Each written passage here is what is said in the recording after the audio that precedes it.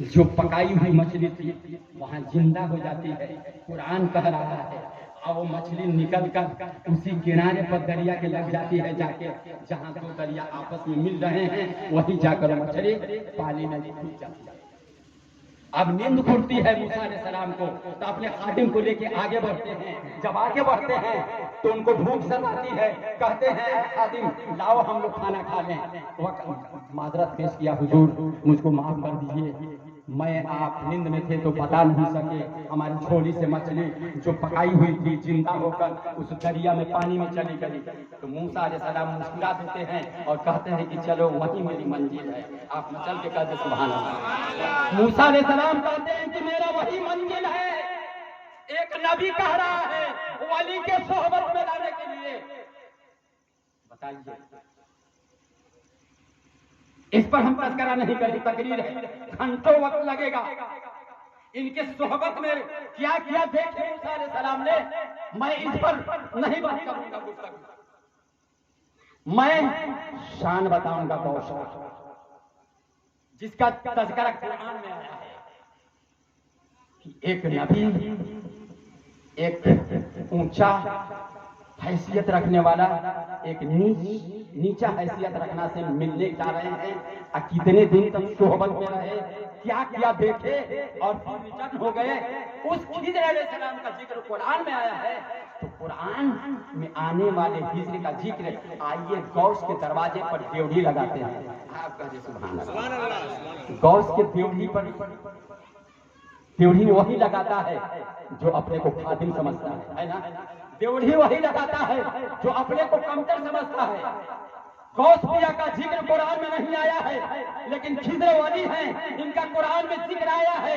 ان سے ملنے کے لیے نبی آیا ہے لیکن یہ خضر غوث کے پرگاہ میں دروازے پہ کھڑے ہو کر باادب عرض کرتے ہیں یا غوث فلاں جگہ کا ابدال انتقال کر گیا ہے، وہاں کے لیے کوئی ابدال بحال کر دیجیے. آپ مطلب کے کریں تقریر میں سنے ہوں گے نا کہ چور بھی ولی بن گیا، چوری کرنے گیا تھا چور بھی ولی بن گیا.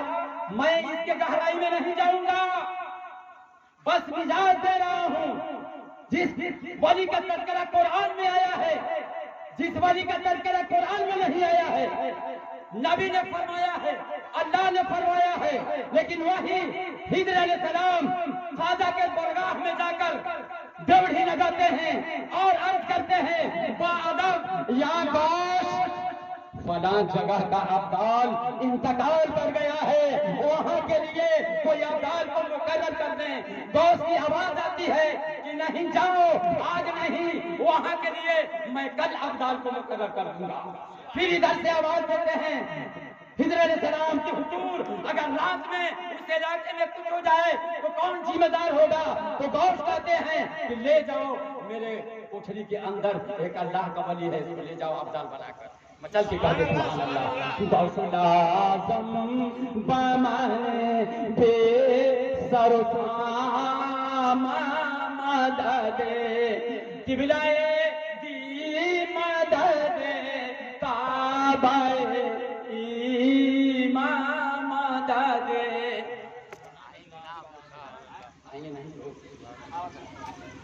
اچھا چلیے میں یہ شان غوث اعظم کو بتایا، ان کی شان ماشاءاللہ کیا کہنا ہے. اب سوچئے ان کا قدم ہر ولی کے قدم پر، چاہے چشتی ہو، چاہے قادری ہو، چاہے نقشبندی ہو، چاہے سروردی ہو، چاہے غوثیہ ہو، چاہے وارثیہ ہو، چاہے قادریہ ہو، چاہے رضوی ہو، چاہے عالیہ ہو، چاہے تیکیہ ہو، چاہے سلمانیہ ہو، مجیبیہ ہو، صابریہ ہو، وارثیہ ہو، یہ ہر سلسلے میں پیر کا وجود ہوتا ہے رہبر کے روپ میں. جیسے قادریہ کا رہبر ہے غوث، چشتیہ کے رہبر ہیں خواجہ غریب نواز، سہروردی کے ہیں شہاب الدین سہروردی، اور نقشبندی کے ہیں بہاؤ زکریا ملتانی رحمت اللہ علیہ. یہ اپنے چاروں مسلک کے یہ چاروں سردار ہیں. اس کے علامہ بھی اور سلسلے ہیں پیری مریدی کا، لیکن جو قدم رکھتے ہیں یہ تمام سلسلے کے جتنے رہبر ہیں سر کے کاندھے پر ان کا قدم پڑتا ہے. اس سے ثابت ہوتا ہے کہ جتنے مسلک والے ہیں پیر مرید کرنے والے سب گوشت کے مردین میں سے ہیں. آپ مچل کے قدم سب لوگ گوشت کے مردین ہیں. جیسے کہ اللہ تبارک تعالیٰ کے محبوب ارشاد فرماتے ہیں کہ روز قیامت کے دن اللہ تبارک تعالیٰ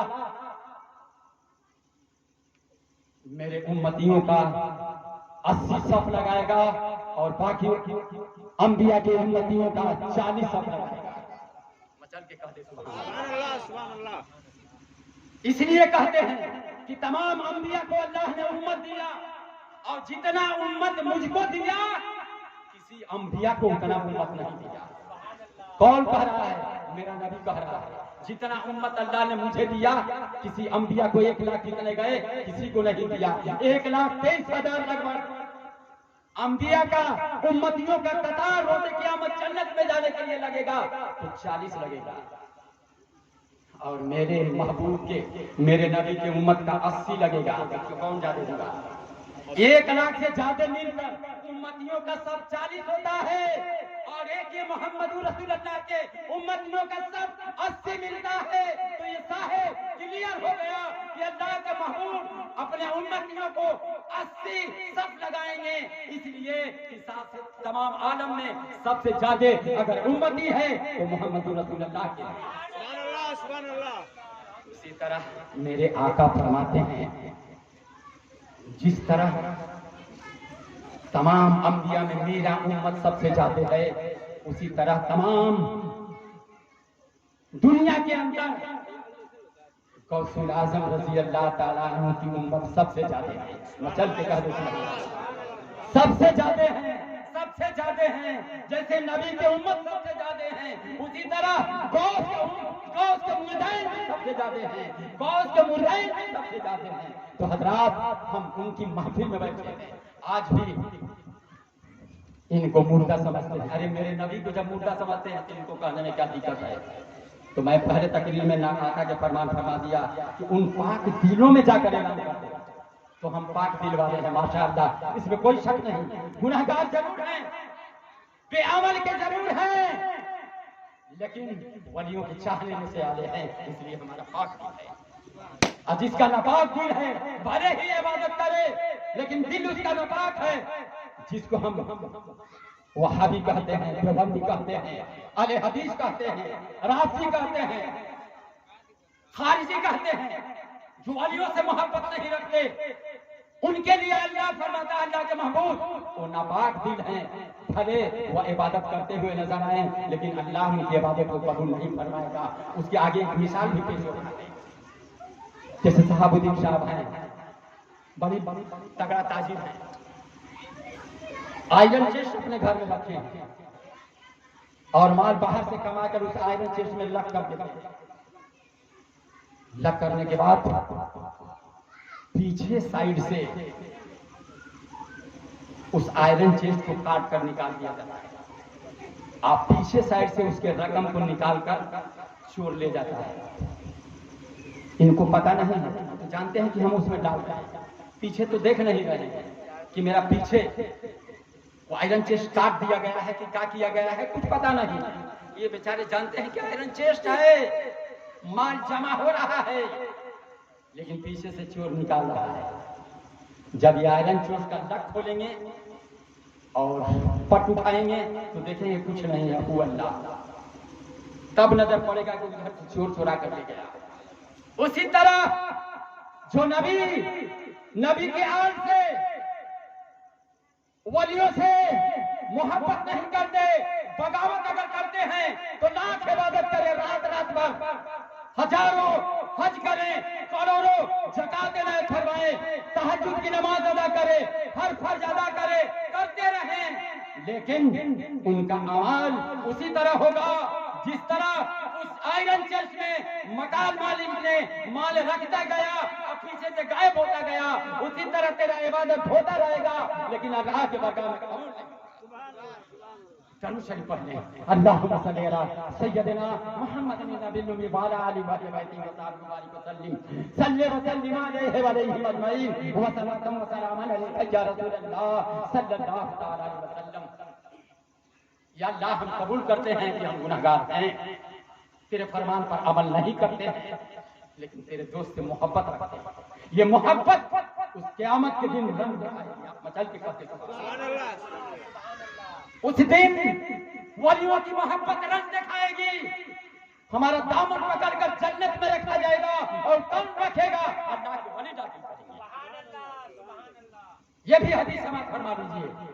آقا فرماتے ہیں روز قیامت کے دن 70,000 ولیوں کو اللہ حکم دے گا جنت میں چلے جاؤ. سماعت فرما لو جب تک ہمارے مہمان نہیں آ رہے ہیں. یہ حدیث سماعت فرمائیے. اللہ کے محبوب فرماتے ہیں روز قیامت کے دن اللہ تبارک و تعالیٰ 70,000 لوگوں کو حکم دیں گے جنت میں جاؤ. وہ 70,000 کون ہو؟ آپ مچل کے کہہ دیں اللہ کے ولی ہوں گے. ماشاء اللہ سبحان اللہ سبحان اللہ. مچل کے کہیے سبحان اللہ. وہ 70,000 کون ہوں گے؟ اللہ کے ولی ہوں گے. اب آگے آقا فرماتے ہیں اللہ کے محبوب اپنا زبان کھولیں گے اور کہیں گے اے اللہ اے رب ذوالجلال یہ کم ہے اور بڑھا دے. آپ کہتے سبحان اللہ. 70,000 کم ہے اور بڑھا دے جنت میں جانے کے لیے. اللہ حکم دے گا کہ 10,000 یہ شخص اپنے اپنے ساتھ 70,000 لے کر جنت میں داخل ہیں. آپ کہتے سبحان اللہ. پھر آگے محبوب فرماتے ہیں نہیں اللہ اور بڑھا دے. آپ مچل کے کہتے سبحان اللہ. 3 بار اللہ کے محبوب نے کہا اور بڑھا دے. 1 بار اللہ نے کہا, 2 بار محبوب نے کہا اور بڑھا دے. تب حکم ہوتا ہے ایک ایک ولی 70,000 لے کر جنت میں داخل ہو جاؤ. مچل کے کہتے سبحان اللہ. غوث الاعظم پامانے بے سر و ساما مدد قبلائے دی مدد کعبہ امام مدد. اس لیے ہم کہتے ہیں کہ گنہگار ہیں, ہم بد عمل ہیں, ہمارے پاس عمل نہیں ہے, لیکن ولیوں پر ناز ہے کہ ہم گنہگاروں کو بھی دامن پکڑ کر یہ اللہ کے ولی ہم کو جنت میں داخل کرائیں گے. اس لیے ان کی یاد منایا کرتے ہیں. اب آئیے ایک اور ان کی کرامت آپ کے سامنے پیش کرنے جا رہا ہوں جو آج دنیا قبر میں رہنے والے کو مردہ سمجھتی ہے, ان کا ہڈی کو سڑ گل جانا سمجھتی ہے. نعوذ باللہ من ذالک. لیکن ہم پاک دل والے ایسا نہیں سمجھتے ہیں. آج بھی ان کی روزی قبر میں مل رہی ہے, وہ عبادت بھی کر رہے ہیں. جس طرح اللہ کے نبیوں کو زمین کا مزار نہیں ہے کہ اس کے جسم کو کھا لے, اسی طرح اللہ کے ولیوں پر بھی یہ حکم ہے وہ اپنے مزار میں کل زندگی میں جو عنایت کرتے تھے مرنے کے بعد با ادب با طریقے اور سلیقے سے ان کے بارگاہ میں جائیے. خدا کی قسم آپ کو ضرور داتا گنج شخص رحمت اللہ علیہ کی بارگاہ میں ہفتوں ایک شخص بیٹھا تھا اور ایک باجے گاجے کے ساتھ گیا. داتا گنج بخش رحمت اللہ علیہ جو نقشبندی کے رہبر ہیں ان کے مزار پر گیا. ترنت وہ کامیابی مل گئی, لوٹ گیا خوشی خوشی. اور 1 ہفتہ سے مزار پر بیٹھا تھا, اس کو نہیں ملا. بڑی دل مغموم ہوا, دل پر ہاتھ رکھ کے سوچنے لگا یا اللہ تیرے دوست کے قریب میں ہفتوں سے مزار پر بیٹھا ہوں, میری سوال پورا نہیں ہوئی, لیکن آیا باجے گاجے کے ساتھ اور مراد سے پور ہو کر چلا گیا. کیوں؟ غیب سے آواز آتی ہے, اس مزار سے آواز آتی ہے اے بندہ اللہ کا تیری محبت مجھ سے جدا کرنے نہیں دیتی ہے. آپ مچل کے کہتے تیری عشق اور تیری محبت مجھ سے جدا کرنے نہیں دیتی ہے, اس لیے میں تم کو اپنے مزار پر بیٹھا کر رکھ رہا ہوں. لیکن وہ آنے والا بندہ بے طریقہ سے میرے مزار پر آیا, فوراً اپنے برگاہ سے اس کو عنایت پر ادھر دیا. غوث الاعظم پامانے بے سر و ساما مدد قبلائے دی مدد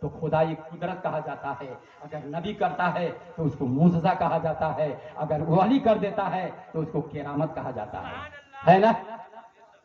خدا کا کام ہے زندگی دینا، خدا کے کام ہے موت دینا، نبی بھی اس کام کو کر دیتا ہے، زندگی دیتا ہے، نبی بھی اس کو موت دے دیتا ہے۔ اور آئیے ولی کے بارگاہ میں تو ولی بھی زندگی دے دیتا ہے اور ولی بھی موت دے دیتا ہے۔ فرق اتنا ہے کہ وہ اللہ ہے، یہ نبی ہے اور یہ ولی ہے، نام کا فرق ہے، کام دونوں تینوں کا برابر ہے۔ یہ اللہ کے گھر ہی سے سمجھا چلا ہے۔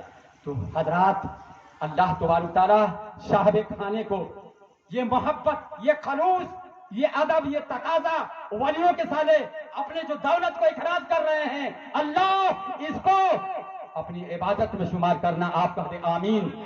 اور تمام گھر کے لوگوں کو غوث اعظم رضی اللہ تعالیٰ عنہ کے فرمان پر نمازی بننے کی توفیق عطا فرمانا۔ آپ مچل کے کہتے آمین۔ اب میں تو ولیوں کی باتیں آپ کے سامنے گفتگو کر رہا ہوں، تب تک ہمارے مہمان آنے والے ہیں، اسٹیج کو خالی نہیں رکھا جائے گا۔ داتا گنج بخش رحمت اللہ علیہ، ان کا مزار پاکستان میں ہے۔ یہ نقشبندی کے اعلیٰ مقام رکھنے والے ہیں، جیسے غوث الاعظم چشتیہ کا اعلیٰ مقام رکھنے والے ہیں، اسی طرح وہ بھی ہیں۔ یہ پیر مرشد ہے، اپنے مرید کو کہتے ہیں میر جھنجھانی رحمت اللہ علیہ، جن کا نام ہے کہ آئے جھنجھانی رحمت اللہ علیہ لاہور چلے جاؤ اور وہاں جا کر دین